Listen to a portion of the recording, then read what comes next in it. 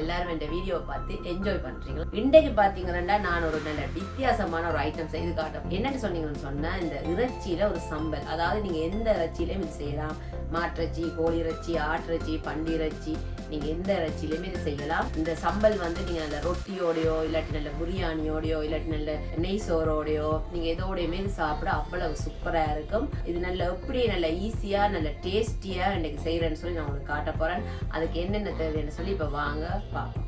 இன்றைக்கு பார்த்தீங்கன்னா நான் எடுத்திருக்கிறது வந்து மாட்டிறைச்சியை வந்து நான் ஒரு துண்டா வேண்டி நல்லா கழுவி போட்டு இப்படி மெல்லிசா வெட்டி இருக்கிறேன். இதுல வந்து 1/2 கிலோ மாட்டிறைச்சி இருக்குது. அடுத்தது பார்த்தீங்கன்னு சொன்னா நல்ல பெரிய 4 வெங்காயம் எடுத்து நல்ல மெல்லிசா இப்படி இந்த சைஸுக்கு நான் வெட்டி இருக்கிறேன். அதாவது இந்த அளவுக்கு வெட்டினா போதும். நான் கொஞ்சம் மெல்லிசா வெட்டுறோம். இது அடுத்ததா பார்த்தீங்கன்னு சொன்னா ஒரு நல்ல 2 உள்ளி எடுத்து நல்ல அப்படி நீட்டு அந்த வெங்காயம் அப்படி வெட்டினோ அதே மாதிரி நான் இந்த உள்ளியையும் வெட்டி வச்சிருக்கிறேன். அதுக்கு பிறகு முக்கியமான ஒரு ஐட்டம் பாத்தீங்கன்னு சொன்னா இந்த கறிவேப்பிலை.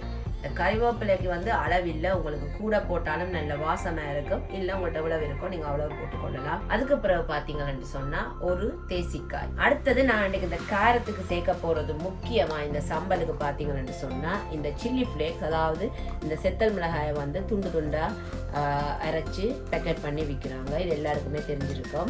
இதுதான் நான் இன்னைக்கு சேர்க்க போறேன் இந்த சம்பலுக்கு.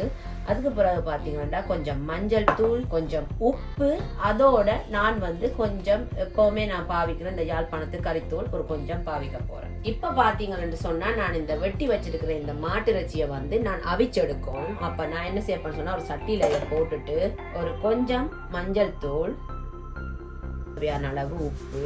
இந்த உப்பு கொஞ்சம் இறைச்சியில ஊறினா தான் இந்த சம்பல் வந்து கொஞ்சம் நல்ல டேஸ்டா இருக்கும். அதுக்கு பிறகு பார்த்தீங்கன்னா நான் ஒரு கரண்டி, அதாவது சின்ன ஒரு டீஸ்பூன் அளவு மிளகாய்த்தூள் போட போகிறேன். ஏன்னு சொன்னால் நான் இதுக்கு பிறகு நான் அதுக்கு சில்லி ஃப்ளேக்ஸ் சேர்க்கறதால நான் மிளகாய்த்தூள் வந்து கொஞ்சம் குறைவாகத்தான் இதுக்கு போட போகிறேன். இப்போ இதை வந்து நல்லா பிரட்டி விடுவான். அந்த உப்பு, மஞ்சள் தூள், மிளகாய் தூள் எல்லாம் போட்டு நல்லா பிரட்டிட்டேன். இப்போ இந்த இறைச்சி அவியறதுக்கு எவ்வளவு தண்ணி தேவையோ அவ்வளவு தண்ணி விட்டு இதை நான் நல்லா அவிச்செடுக்க போறேன். இந்த இறைச்சி வந்து நல்லா சாஃப்டா வர்ற மாதிரி நீங்க அவிச்செடுக்க வேண்டியதுதான். இப்போ நான் இந்த இறைச்சிக்கு மேலே நிற்கிற மாதிரி தண்ணி விட்டுருக்கேன். இது வந்து நல்லா குயிக்காக அவிஞ்சிடும். என்னென்னு சொன்னால் நான் அதனால தான் நல்லா மெல்லிஸாக இந்த இறைச்சியை வெட்டி இருக்கேன். அதனால இது வந்து நல்லா குயிக்காக அவிஞ்சிடும்.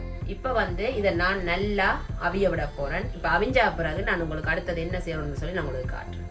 இப்போ பார்த்தீங்கன்னு சொன்னால் நான் ஒரு அடுப்பில் நான் உங்களுக்கு ஏற்கனவே காட்டின மாதிரி இறைச்சி அவிய வச்சுட்டேன். அந்த இறைச்சி அவியறதுக்கு அப்படியுமே நேரம் எடுக்கும்.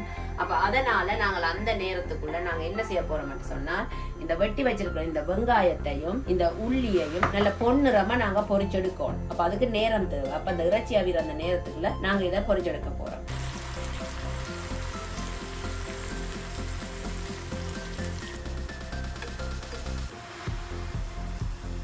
இது நல்ல ஒரு பொன்னிறமா பொரிப்பட்டு வந்துட்டுது. இப்போ இதை நான் அப்படியே வடிச்செடுக்க போறேன். நீங்க எப்பவுமே இந்த பொரிச்ச வெங்காயம் ஏதாவது பொரிச்ச இறைச்சியோ நீங்க ஒரு பேப்பர்ல போடுங்க. அப்ப இதுல இருக்க எண்ணெய் எல்லாம் அந்த பேப்பர்ல நல்லா இழுத்தெடுத்துடும்.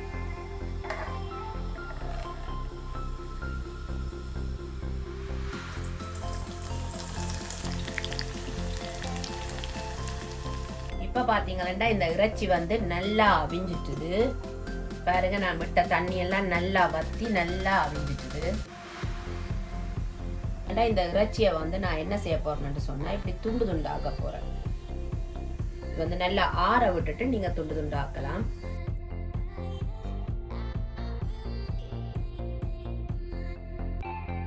அந்த அவிச்ச இறைச்சியை பாருங்க என்ன மெல்லிஸா நான் நல்லா உதுத்தி எடுத்துட்டேன்.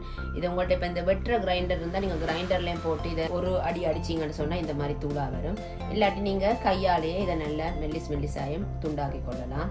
இப்ப நான் என்ன செய்ய போறேன்னு சொன்னா இந்த வெங்காயம் இந்த உள்ளி பொரிச்செடுத்த மாதிரி நான் இப்ப இந்த இறைச்சியையும் பொரிச்செடுக்க போறேன்.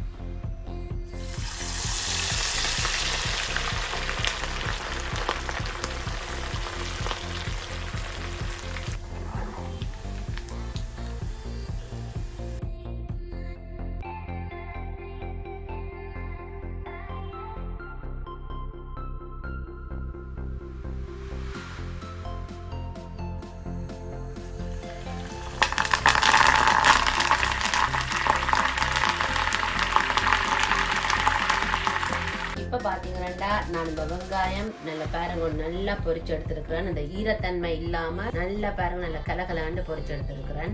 அடுத்ததாக பார்த்தீங்கன்னா நான் வெட்டி வச்சிருந்த இந்த உள்ளியையும் நல்ல அந்த ஈரத்தன்மை இல்லாமல் நல்ல வடிவாக பாருங்க நல்ல முறுமுரண்டு பொரிச்சு வச்சிருக்கிறேன். அடுத்ததாக நான் உங்களுக்கு காட்டின இந்த இறைச்சி அவிச்சு உளுத்தி நல்ல வடிவாக அதையும் நல்ல முறுமுரண்டு நான் பொரிச்சு வச்சிருக்கிறேன். அதோட நான் எடுத்து வச்சுருக்க இந்த கருவேப்பமிலையையும் எண்ணெயில் போட்டு இந்த பாருங்க நல்ல முருகலா பொரிச்சு வச்சிருக்கேன். இப்போ அடுத்ததா இந்த சம்பலை எல்லாம் எப்படி மிக்ஸ் பண்றேன்னு சொல்லி இப்போ நான் உங்களுக்கு காட்டுறேன். இப்போ நான் இந்த சம்பலை போட்டு நல்லா மிக்ஸ் பண்ணக்கூடிய அளவுக்கு ஒரு தட்டையான பாத்திரம் எடுத்து நல்லா அடுப்புல ஓரளவு சூடேற விட்டுருக்கிறேன். இப்போ நான் இதுக்குள்ள ஒரு கொஞ்சம் எண்ணெய் விட போறேன். நான் ஒலிவ் ஆயில் தான் இதுக்கு விடுறேன். உங்களுக்கு என்ன எண்ணெய் விருப்பமோ நீங்க விட்டு கொள்ளலாம். இப்போ இந்த எண்ணெய் ஓரளவு சூடேறிட்டுது. இப்போ என்ன செய்ய போறேன்னு சொன்னா, இப்போ உங்களுக்கு எவ்வளவு உரப்பு அதாவது எவ்வளவு காரம் தேவையோ அதுக்கேற்ற அளவில் நீங்க போட்டு கொள்ளலாம். நான் இந்த சில்லி ஃப்ளேக்ஸ் அதாவது இந்த அறுவல் நொறுவலை அடித்த இந்த சில்லி ஃப்ளேக்ஸ் அது நான் உரப்புக்கு ஏற்ற மாதிரி நான் போட போகிறேன். நான் இந்த சின்ன கரண்டியால் 2.5 கரண்டி போட்டுருக்கிறேன். உங்களுக்கு கூட உரப்பு விருப்பம் பண்ணால் நீங்கள் உங்களோட உரப்புக்கு ஏற்ற மாதிரி போட்டுக்கொள்ளுங்க. இப்போ அடுத்ததாக நான் இதுக்குள்ளே தேவையான அளவு உப்பு கொஞ்சம் போட போகிறேன். போட்டு இந்த மிளகாய் பச்சை வாடை போகிற அளவுக்கு கொஞ்சம் இதில் வறுக்க போகிறேன். சரியான குயிக்காக நீங்கள் செய்து கொள்ளலாம். அவ்வளவுதான் பாருங்க. இப்போ ஓரளவு கலரும் மாறிட்டுது இந்த செத்தல் மிளகாய் பவுடருக்கு. இப்போ இந்த டைம்ல நான் அடுப்பை ஆஃப் பண்ண போறேன். ஆஃப் பண்ணிட்டு நாங்க பொரிச்சு வச்சிருக்கிற எல்லாத்தையும் உண்டா போட்டு நான் கலந்தெடுக்க போறேன்.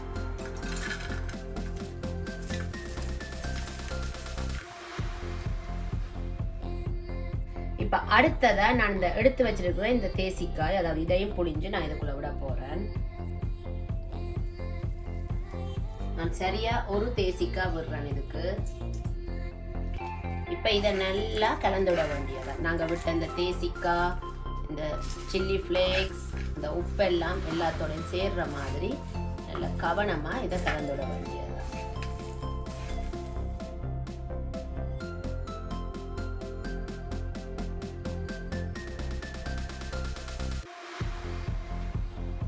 பார்த்தீங்கன்னா சூப்பரான இந்த இறைச்சி சம்பல் அந்த மாதிரி ரெடி ஆயிட்டுது. இன்றைக்கு பார்த்தீங்கன்னா நான் இந்த டிஃப்ரெண்டான இந்த இறைச்சி சம்பல் செய்து காட்டியிருக்கேன். இப்போ இந்த சம்பல் எப்படி இருக்குன்னு சொல்லி இப்போ டேஸ்ட் பண்ணி பார்ப்போம். இன்றைக்கு பார்த்தீங்கன்னா நான் இந்த ரெடி ரொட்டி சூடாக்கி இருக்கேன். இப்போ இந்த ரொட்டியோட தான் இந்த சம்பல் நான் எப்படி இருக்குன்னு சாப்பிட்டு பார்க்க போறேன்.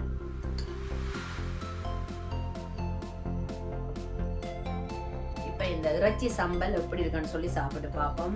முக்கியமா இது ரொட்டியோட சாப்பிடதான் சும்மா சூப்பரா இருக்கும். நல்ல சுட சுட ரொட்டியும் இந்த சம்பலும் சாப்பிட்டீங்கன்னு சொன்னா சும்மா அந்த மாதிரி இருக்கும். நல்ல மழை நேரங்கள்ல இன்னும் சொல்ல தேவையில்லை. இப்போ எப்படி இருக்குன்னு நான் பார்க்க போறேன். உண்மைக்கும் ஃப்ரெண்ட்ஸ் அவ்வளவு சூப்பரா இருக்கு. நீங்களும் இது கட்டாயம் வீட்டில் ட்ரை பண்ணி பாருங்க. உங்களுக்கு இப்போ நான் எடுத்த இந்த இறைச்சின்ற சைஸ் பெருத்து போச்சுன்னு சொன்னா நீங்க என்ன செய்யணும்னு சொன்னா கிரைண்டர்ல போட்டு ஒரு காடி 2 முறை அடிச்சிங்கன்னு சொன்னா இன்னும் நல்ல சின்ன குறுநலை இது வரும்.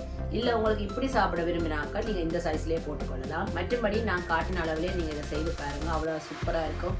இதை நீங்க ஒரு 1 மந்த்துக்கு நீங்க ஒரு போத்துல போட்டும் ஃப்ரிட்ஜில் வச்சா அது இருக்கும், ஒன்றுமே நடக்காது.